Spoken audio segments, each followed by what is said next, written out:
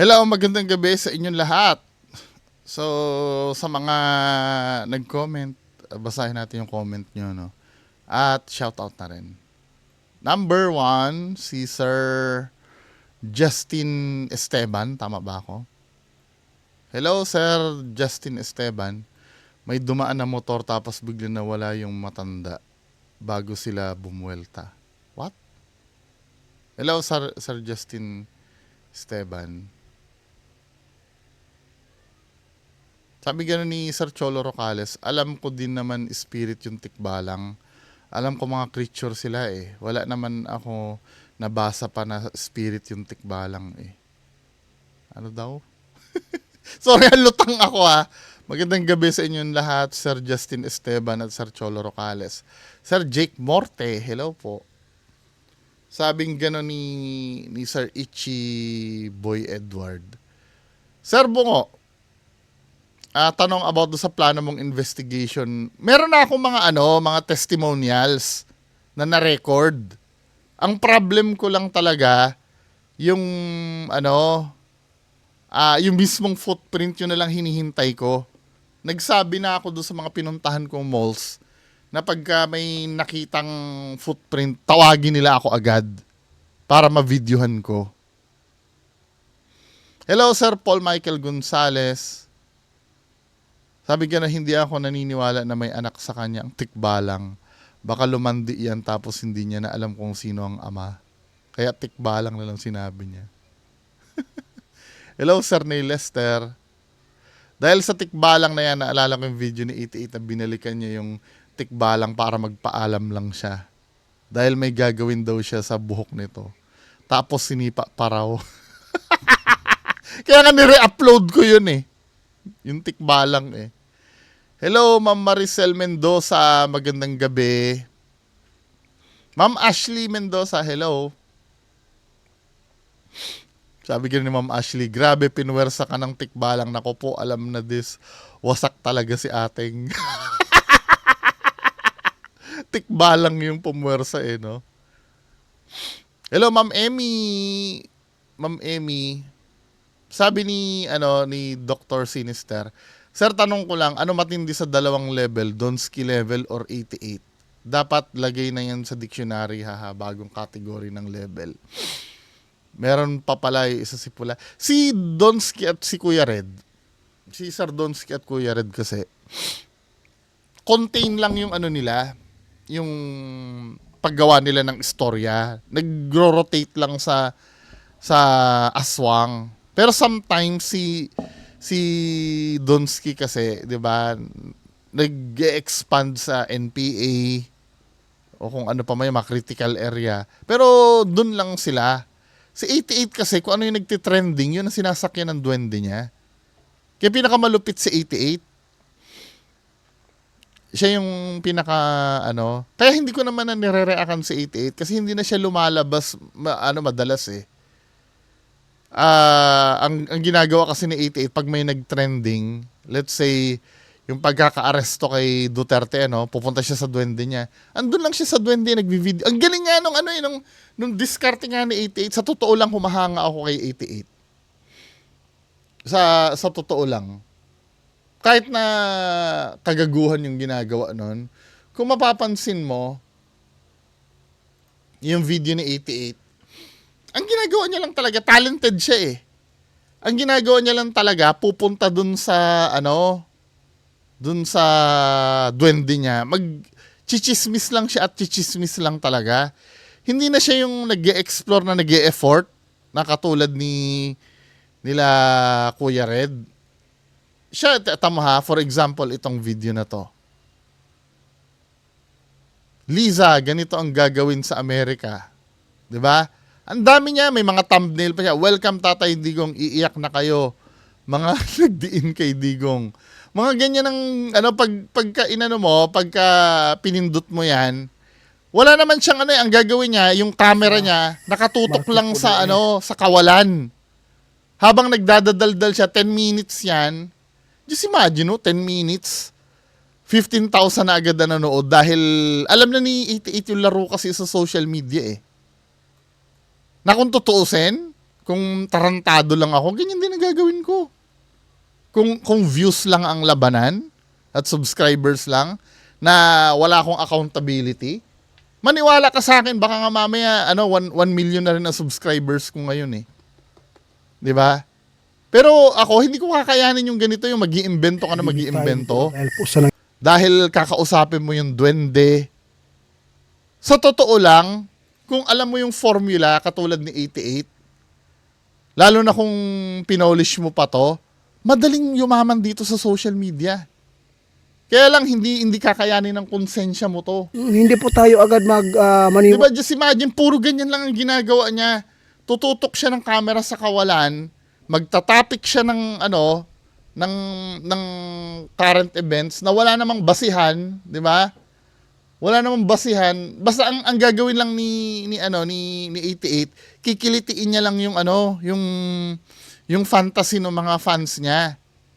Kasi majority ng fans niya, syempre mga DDS, mga maraming supporter, yun yung pupuri-purihin niya, yun ang bibigyan niya ng magandang balita ayon sa duwende, kahit wala naman siyang pinagbasihan. Kaya nga sabi sa inyo madali talagang umano dito sa social media. Hindi lang effective ang ginagawa ko dahil ako kasi puro salungat ang ginagawa ko. Ang mga sinasabi ko ayaw marinig ng tao. 'Di ba? Pero kung ako ay hahabulin ko lang talaga yung views na yan at subscribers, tagaan nyo sa bato, baka 1 million na ang subscribers ko ngayon. 'Di ba? Ang dali lang kasi magpaikot ng tao eh. Yung sundan mo lang yung gusto nila, yung gusto lang nilang marinig, yun lang ang gawin mo. Dali lang yan. Kaya lang, syempre, yung accountability mo dun, makukompromise eh. Tapos pagka sumasablay-sablay na yung sinasabi mo, gagawa ka uli ng bagong kasinungalingan para itapal dun sa una mong sinabi. 'Di ba? Tamo si Doc Willie Ong nakalimutan niya na. Pero nung nabalita si Doc Willie Ong kung ano-ano mga pinagsasabi niya kay Doc Willie Ong. Ganyan ang formula ni 88. Kaya one of these days, mayayari to si 88 sa ginagawa niya na to eh. Ayan mga pinagsasabi, makakalaya na sa kamay ng ICC. Totoo kaya ito? Maghanda kayo. Ito ang sabi ng duwende. Maghanda kayo, MNLF at BARMM. Ang sinasabi ng duwende, madugong mangyayari sa Pinas. Ano ba?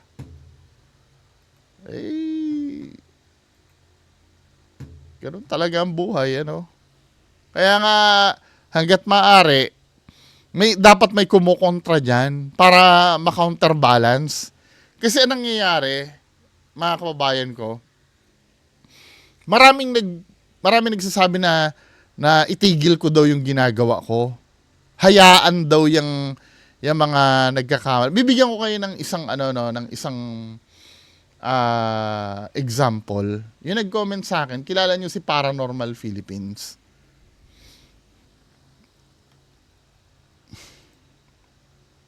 Ito yung sinabi niya, Dahil lang naglo-load pa. Bagal!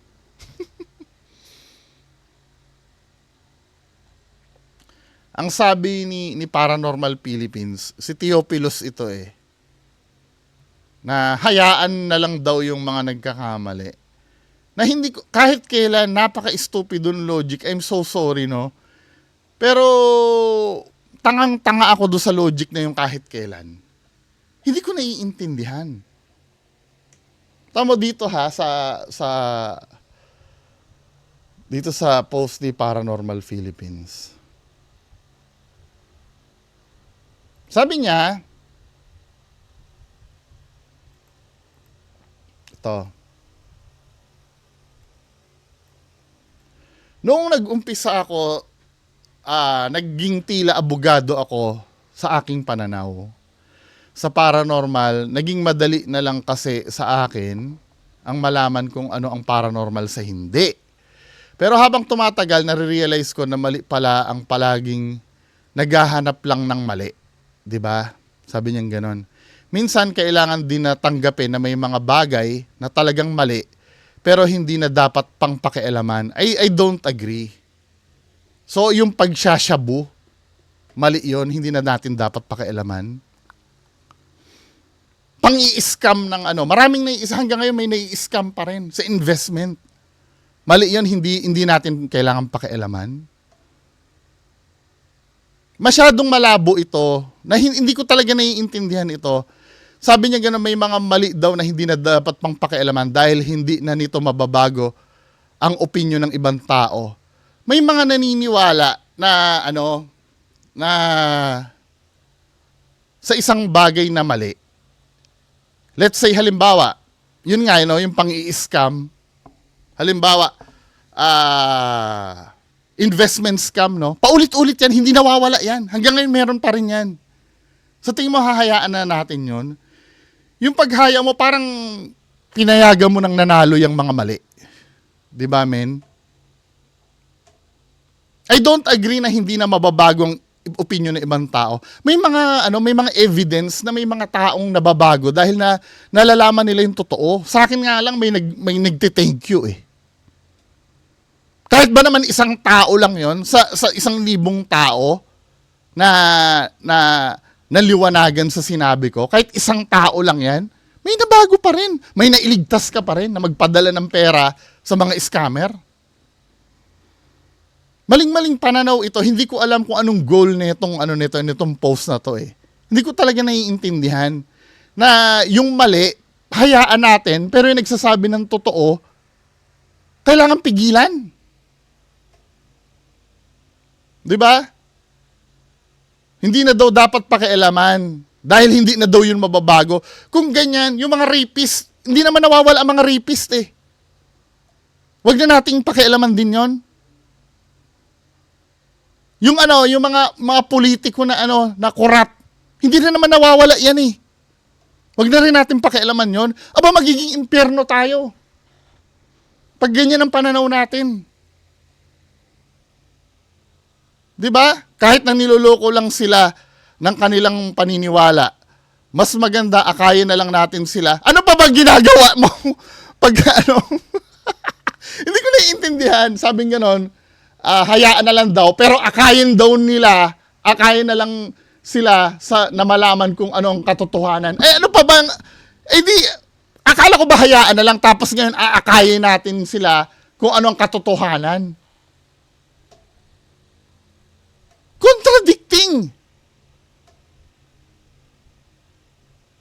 Contradicting ito. Sabi niya gano'n,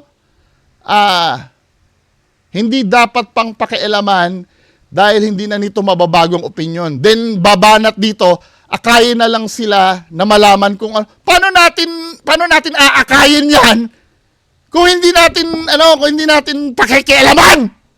Napakatanga. Ay, Diyos ko. Sabi niya gano'n, upang sila mismo ang makarealize ng kanilang sariling kamalian. Paano mo nga sila aakayin kung hindi mo sila pakikialaman? Paano akay? Hindi, malay mo may method ka. Ano yun? I-telepathic mo ba? Di ba? Kaya naman dyan sa mga sumisikat sa social media na yumabang dahil akala niya, alam niya na lahat. Di ba? Ganyan din ako dati, tol. Sasabihin ko sa'yo, wala kang mapapala dyan. Oo, pwede kang sumikat.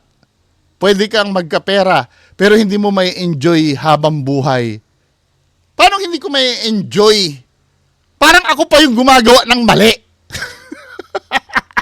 Hindi ba dapat na sinasabihan mo niyan yung mga nanluloko? Ako kaya kong i-enjoy habang buhay dahil nasa totoo ako eh. Walang dahilan para hindi ako mag-enjoy sa buhay ko. Kapag may niloloko ako, hindi talaga ako mag-enjoy nun. Baliktad. Di ba? Tsaka yung sinasabi mo na yumabang akala niya, wala akong alam. Ang alam ko lang kung ano yung totoo. Yung sa paranormal na yan, wala ko alam dyan. Pero alam ko kasing gumamit ng common sense eh. Alam nyo yon? Hindi mo naman kailangan na maging Katulad ni Sir Balong HQ, sabi ni Sir Balong HQ, ipaliwanag mo sa amin through scientific Shoutout Sir Balong HQ na ano ko lang. Hindi naman kailangan alam mo lahat eh. Common sense lang naman ang paiiralin mo eh. 'Di ba? For example, nandito pumunta yung multo, itututok mo sa kabila. Hindi pa ba mali yun? Hindi mo naman kailangan maging expert nun eh. Hindi mo naman kailangan alam mo ang lahat. Mararamdaman mo kasi yung pag tinatanga ka na. 'Di ba? Hindi hindi mo kailangan alamin lahat yung akala alam mo. Ako wala akong alam pagdating sa paranormal, malay ko diyan. Pero alam ko naman kung niloloko ako, no? 'Di ba? Yung paniniwala sa aswang, no? Hindi ko alam 'yon. Totoo ba ang aswang? Hindi ko alam. Kaya nga sinasabi ko, wala akong sinasabi na yung mga engkanto, hindi ko alam kung totoo sila kasi hindi ko pa nararanasan. Pero it doesn't mean na kapag inulul mo ko, maniniwala na ako sa'yo. Katulad ni 88, no? Totoo ba ang duwende? Hindi ko alam. Totoo bang may duwende? Kayo tatanungin ko, totoo ba may duwende? Ako hindi ko kasi alam eh. Pero kapag yung duwende sa harap ko, kumanta na ng On This Day, na kakanta uli ng On This Day, pero ibang-iba yung pagbigkas niya doon sa unang inuulol na tayo nun. 'Di ba? Tapos pag tatanungin mo yung may-ari ng duwende, hindi humaharap sa'yo, common sense na lang gagamitin. Hindi mo naman kailangan alam ang lahat. Kailangan ba alam mo ang lahat bago mo malaman na niloloko ka? Hindi. Sabi niya ganun. Pwede ka magkapera pero hindi mo yan may enjoy habang buhay.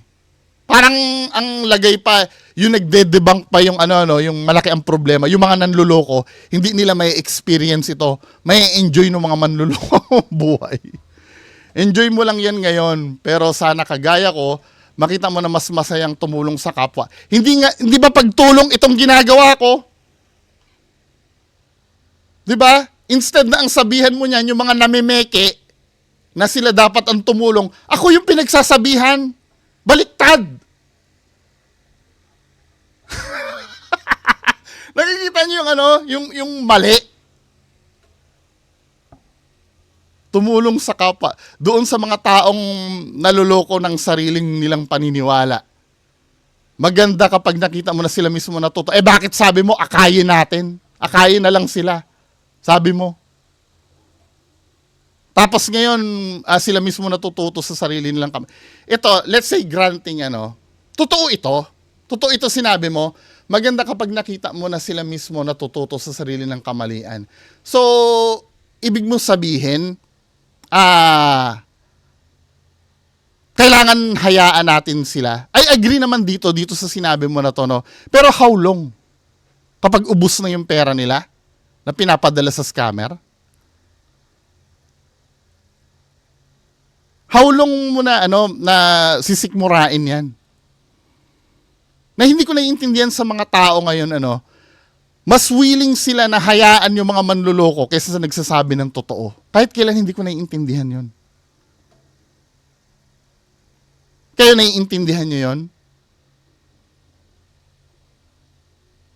Hihintayin na lang daw na abay kung ganyan tayo, ganyan na rin ang maging logic mo sa lahat ng lahat ng mga scammer.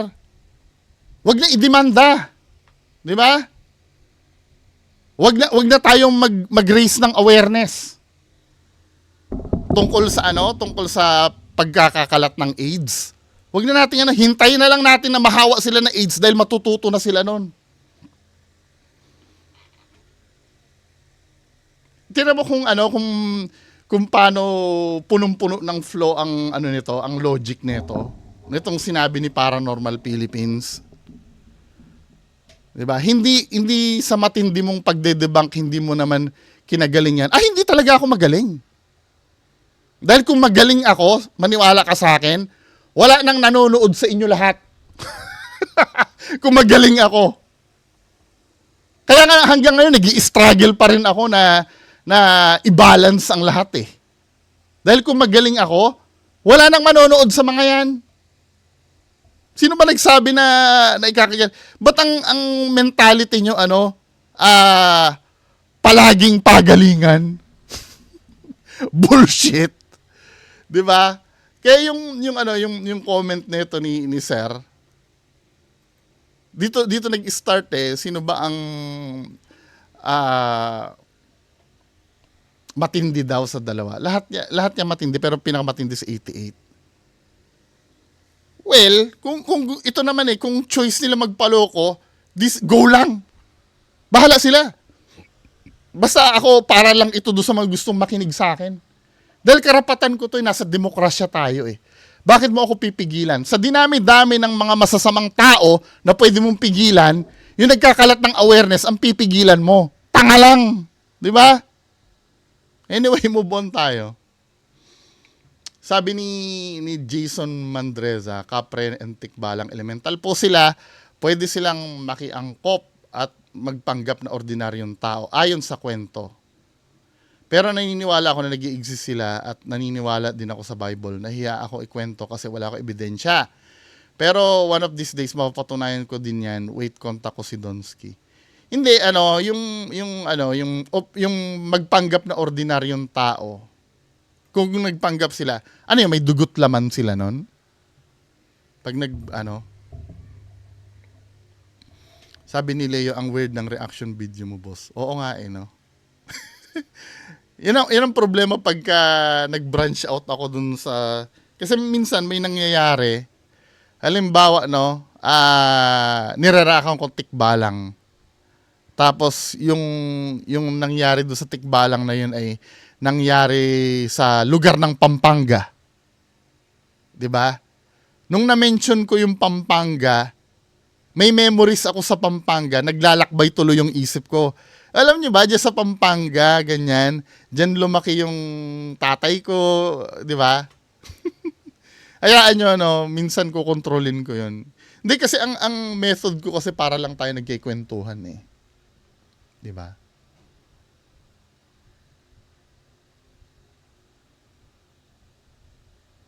Hello, Ranmes Channel. Hello. Joven TV, hello po. Sir Mart San. Ma'am May Malagenya. Christian Totep, hello. Nakayanan niya yung edits ng tikba.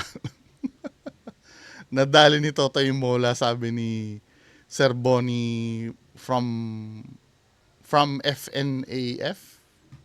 Salamat, sir, sa pag-comment. Sabi nga ni Ma'am Maria Leonora Roque, nagbabalik. Hi, sir, buong kinontent mo na ulit si Norman Mangusin. Pasundot-sundot lang po. Hindi naman po lagi. Sabi ni Sir Mario Bonina, kadalasan siguro kapag nasa abroad ang mister, saka titikbalang mga misis. Ano yun? Hindi ko naiintindihan. Sabi ni Sir Janjan Vakal, gandang gabi daw. Hello, Sir Janjan Vakal. Kamusta na po kayo?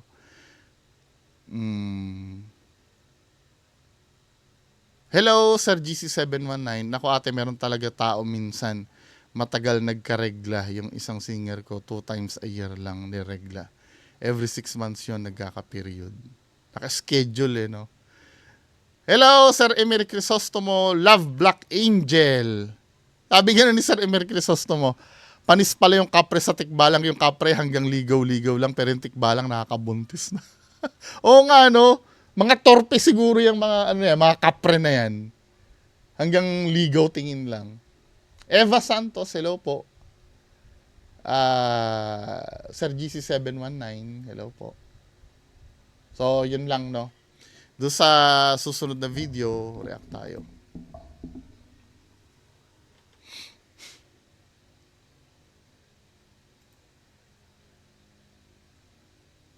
Sabing gano'n ni Ma'am Casimira, scam din yung mga doktor na yan. Yung friend ko, nag-chemotherapy, binentahan ba naman ng 3 latang soy powder worth 11K? Mahal naman. Yung friend ko, kung desperada mabuhay, ayun, bumili. Kainis, may sakit na nga, ini-scam ka. Sometimes, nagiging, kasi, I do believe naman, lahat naman ng profession, may manloloko. Minsan nga, engineer pa nga 'di ba? Yung mga magpapagawa ng bahay. May mga ganyan talaga. Nakakabwisit nga naman 'yon na kasi nga alam nila na may trust sa kanila yung ano eh, yung pasyente eh. Siyempre kung ano sasabihin ng doktor, eh gagawin mo talaga yan lalo na kung gustong-gusto mong gumaling. Sabi ni Ma'am Ashley Mendoza, may cefuroxime at ito malalakas na antibiotics to eh. At ciprofloxacin ang gamot na nireseta sa akin kasi hindi na kinaya ng mababang dosage ng gamot. Eh paano kasi naman, siguro pinulblast agad ng ceftriaxone yung ano mo. Mga ano to eh, mga malulupit ito eh, itong cefuroxime na yan. Siguro may expire na yung mga yan kaya yan ni reseta. Don't get me wrong nakakagaling naman yan. Ang pinag-uusapan lang kasi natin dito yung immunity. Yung hindi natatalab sa yung mga mura. Mga mamahalin na lang lahat. Yun ang kadalasan inaabuso ng mga doktor. Hello Sir Neil Lester.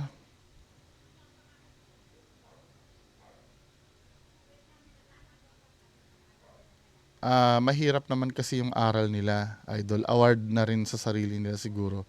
Yun, yung mother ko kasi doktor sa Opta kaya feel ko yung aral. Mahirap naman talaga. I do agree, no? Pero sana naman yung laging late, di ba? Laging late pumasok. Alam mo din naman siguro may umaasa sa'yo na hindi, mahirap yan, 10 taon yan no? Yung pagdodoktor. 10 years yan eh. Wag nyo na lang, wag nyo na lang bawiin sa mga pasyente. Kawawa naman. Di ba? Bro, Bungo, anong taon pala nung bata ka? Echos. Bata ako, 2011. Elementary ako nun. Echos regarding sa WW, okay lang naman na scripted yan.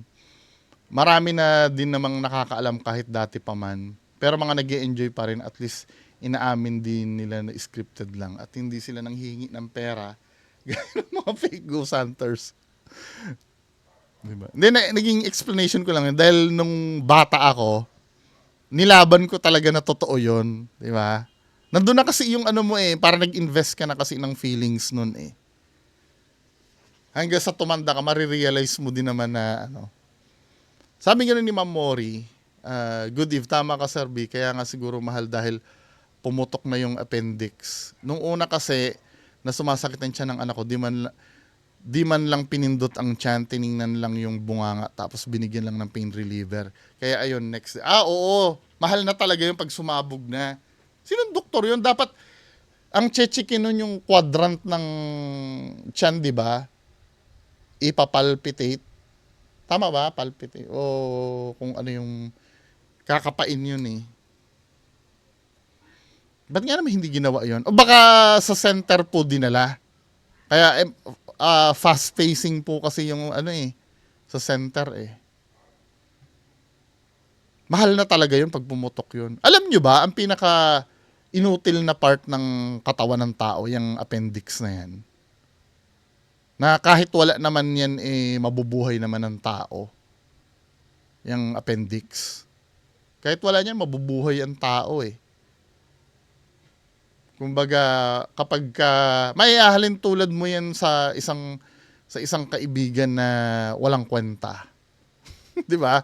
Na kahit mawala yung kaibigan mo na yun mabubuhay ka naman. Pero pagka yun naging problema, 'di ba? Ang malaking sakit pa sa ulo.